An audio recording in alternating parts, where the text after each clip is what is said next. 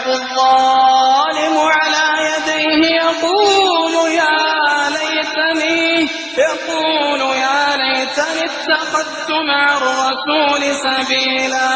يا ويلتى ليتني لم أتخذ فلانا خليلا. يا ويلتى ليتني لم أتخذ فلانا خليلا. لقد أضلني عن الذكر بعد إذ جاءني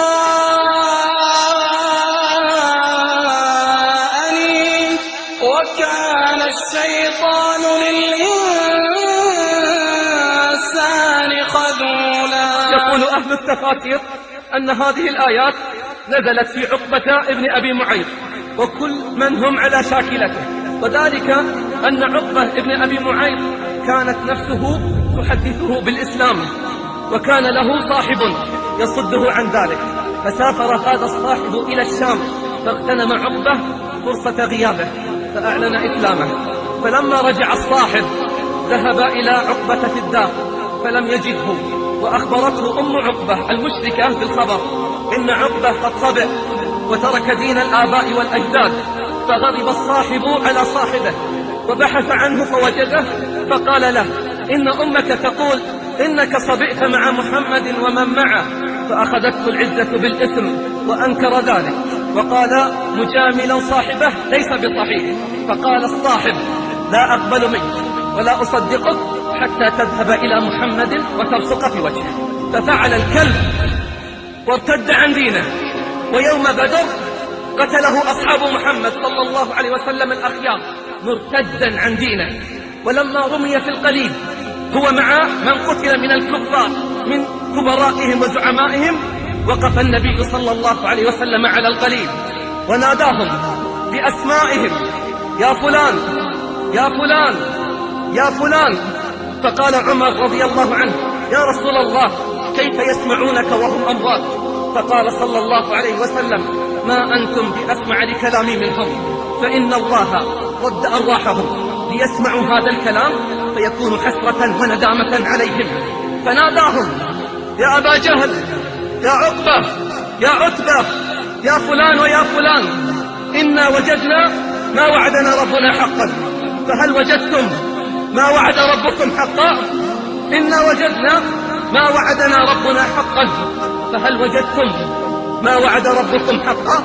فيا حسرة هؤلاء وحسرة كل من سار على طريق الضلالة والغواية، ويا حسرة كل من اختار صحبة الأشرار على صحبة الأخيار.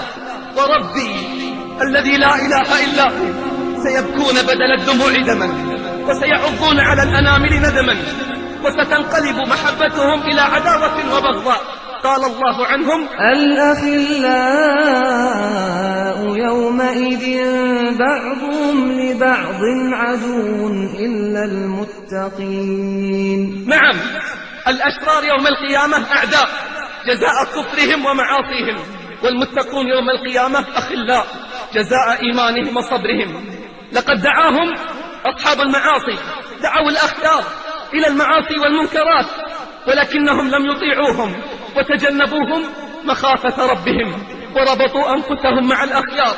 فاسمع بعضا من جزائهم وخبرهم في جنات ربهم.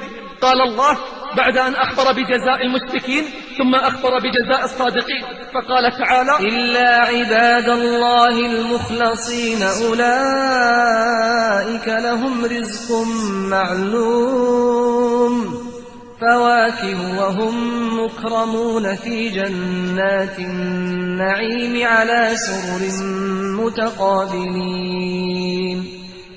يطاف عليهم بكأس من معين بيضاء لذة للشاربين لا فيها غول ولا هم عنها ينزفون. وعندهم قاصرات الطرف عين كأنهن بيض مكنون. هذا هو النعيم، جزاء صبرهم مع بعضهم البعض وتعاونهم على البر والتقوى. ثم اسمع حديثهم وسؤالهم وهم في جناتهم. اسمع حديثهم وسؤالهم عن أولئك الذين كانوا يدعونهم للمعاصي والفجور. فأقبل بعضهم على بعض يتساءلون قال قائل منهم إني كان لي قرين